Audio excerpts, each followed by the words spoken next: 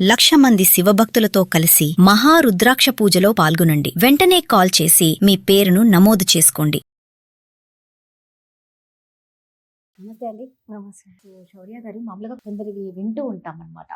మీద మీద వస్తుంది గుండెపోటు, లైక్ 3 times కంటిన్యూగా వచ్చింది అంటే ఆ పర్సన్ ఇక బ్రతకరు అని అంటారు. హార్ట్లో పెయిన్ అంటారు, తీసుకెళ్ళాక మళ్ళా వచ్చింది అటాక్, మళ్ళా అటాక్ అయింది, మళ్ళా అటాక్ అయింది. సో ఇలా మీద మీద అయితే నిజంగా ఇంకా బ్రతికించుకోవడం కష్టమేనా? కష్టమే. ఎందుకంటే ఒకటే రోజు అలా మీద మీద వచ్చింది అన్నది ఆయనకి గుండెపోటు వచ్చాక ఒక రిథమ్ అబ్నార్మాలిటీ ఉంటుందండి. అది వెంట్రికులర్ టాకికార్డియా అంటారు. సో అది వచ్చినప్పుడు నరాలు దొరకటం లేదు అండ్ పేషెంట్ అసలు కాన్షియస్గా లేడు, మాట్లాడట్లేదు అంటే వెంటనే షాక్ ఇవ్వాల్సి వచ్చేది. ఓకే, బట్ ఆయనకి ఇప్పుడు ఈరోజు గుండెపోటు వచ్చింది, స్టెంట్ వేసేసాము, అంతా బాగానే ఉంది. డిశ్చార్జ్ అయ్యి ఇంటికి వెళ్ళాక 1 month తర్వాత మళ్ళీ గుండెపోటు వచ్చింది. అలా మళ్ళీ ఇంకో నెల తర్వాత ఇంకోసారి గుండెపోటు వచ్చింది అంటే ఆ గుండె ఆల్రెడీ చాలాసార్లు ఎఫెక్ట్ అయి ఉంది. సో మీరు ఎంత ట్రై చేసినా ఆ రిస్క్, ఆ మోర్టాలిటీ అన్నది పెరుగుతూనే ఉంటుంది. ప్రతి గుండెపోటుకి 10% అలా పెరుగుతూనే ఉంటుంది. సో కష్టమా అంటే మరి రిస్క్ దాంట్లో ఎక్కువ అవుతా ఉంది కాబట్టి కష్టమనే చెప్తాను నేను. సో మీరు చూసింటారు, మీరు చూసిన కేసెస్లో ఇలాంటిది ఏదన్నా వచ్చి అంటే ఇలాగే మీద మీద వచ్చి ఏమన్నా వాళ్ళు ఓకే అయిన వాళ్ళు ఉన్నారా? అంటే ఒకటే రోజు ఆయన ఏంటంటే ఈరోజు మార్నింగ్ వచ్చాడు, ఆయనకి గుండెపోటు కన్ఫర్మ్గా మనం ఈసీజీలో చూసాము, గుండెపోటు అన్నది ఉంది. తర్వాత ఆ రిథమ్ అబ్నార్మాలిటీ ఏదైతే చెప్పానో వెంట్రికులర్ టాకికార్డియా అని, ఆయనకు అది వచ్చాక స్పృహ కోల్పోయాడు. వెంటనే చూసి షాక్ ఇచ్చాము. అలా ఒక రోజులో ఆయనకి 3 సార్లు ఇచ్చాము, ఒక గంటలో చెప్పాలంటే ఇచ్చాము. తర్వాత వెంటనే యాంజియోగ్రామ్ చేసి స్టెంట్ వేసాము. ఇప్పుడు బయట మంచిగా తిరుగుతున్నాడు ఆయన. సో అలాంటి వాళ్ళు కూడా ఉంటారు. జస్ట్ టైమ్లీ ట్రీట్మెంట్, టైమ్లీ గుర్తుపట్టడం, తర్వాత స్టెంట్ వేసాక కొంచెం జాగ్రత్తలు పడడం అన్నది ఇంకా ఆ రిస్క్ అన్నది చాలా తగ్గిపోయింది. ఈయనకి మళ్ళీ వచ్చే ఛాన్స్ ఈయనకు కూడా ఉంది.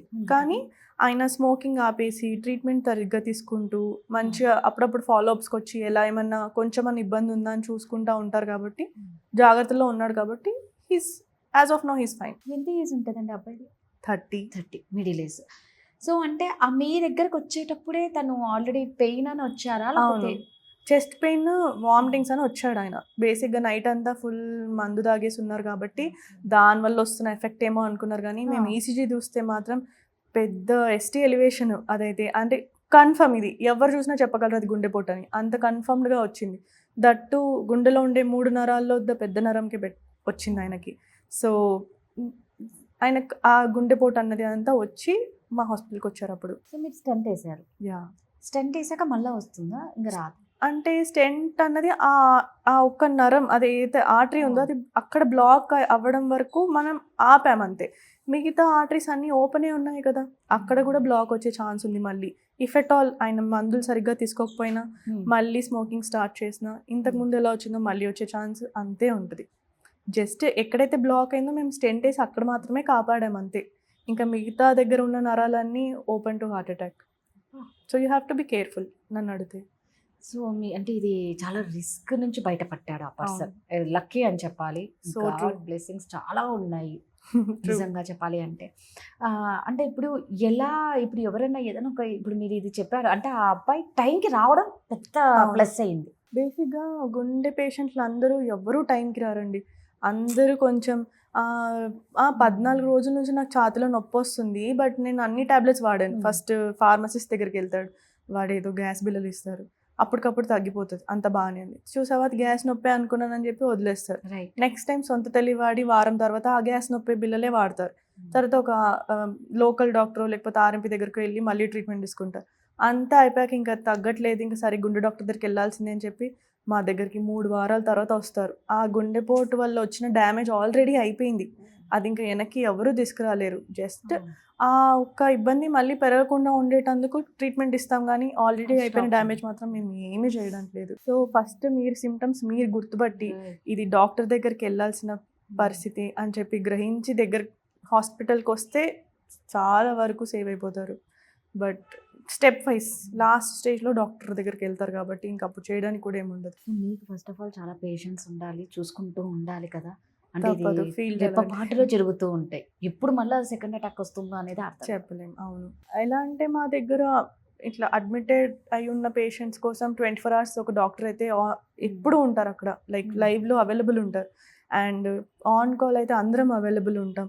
సో ఎవ్రీ సెకండ్ మా దగ్గర ఉన్న వాళ్ళ దగ్గరికి అయితే చూసుకుంటానే ఉంటాం అనమాట. మళ్ళీ ఇంకొక గుండెపోటు రాకుండా చూసుకోవడం.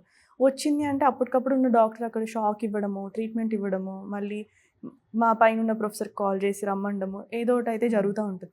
కానీ ఇంటి దగ్గరికి వెళ్ళాక వాళ్ళు అజాగ్రత్తగా ఉండి టాబ్లెట్స్ మానేసాక మాత్రం మేము నిజంగా ఏం చేయలేము. అది మామూలుగా అంటారు వెయిట్ ఎక్కువగా ఉంటే ఆటోమేటిక్గా ఇలాంటివి వస్తాయి అంటారు. అంటే సన్నగా ఉన్న వాళ్ళకైతే రావా? No nothing related to that. ఇప్పుడు నేను చూసాను ఒక చాలా లావు ఉన్న పేషెంట్ గుండె నరాలు అసలు ఎంత క్లీన్గా ఉన్నాయంటే నాకు అప్పుడప్పుడు అనిపిస్తుంది నేను పడ్డ స్ట్రెస్కి నా నరాలు కూడా అంత క్లీన్గా ఉండవేమో అని చెప్పి. లావు సన్నంకి సంబంధం ఉండదు, బట్ హెల్దీ వెయిట్లో మెయింటైన్ అవ్వడంలో నష్టం ఏం లేదు. సో వాళ్ళకి రాదనేం లేదు, మీకు అంటే లైక్ వాళ్ళకి కూడా వచ్చే ఛాన్స్ అయితే అంతే ఉంటుంది. అందరూ ఆర్టరీస్ బ్లాకే ఛాన్స్ అంతే ఉంటుంది, బరువుతోటి దానికైతే సంబంధం ఉండదు. అందుకే ఎవరికి వాళ్ళు సెల్ఫ్ కేర్ తీసుకోవాలండి. మేము సన్నగా ఉన్నాంలే, మేము అన్ని బాగా తింటున్నాం, మేము జిమ్కి వెళ్తున్నాంలే, ఎవరికి ఎప్పుడు ఎలా వస్తుందో తెలియట్లేదు. చెప్తున్నారు కదా, వాళ్ళ చేతిలోనే ఏది లేదు పాపం. ఎంత మీరు స్టార్టింగ్ లో వస్తే వాళ్ళు ఏదో కాపాడనీకి చూస్తారు, అంటే అక్కడ వరకు మళ్ళీ మీ జాగ్రత్త మీరే. దీని పర్మనెంట్ సొల్యూషన్ అనేది కష్టం. అవును. థ్యాంక్ యూ అండి.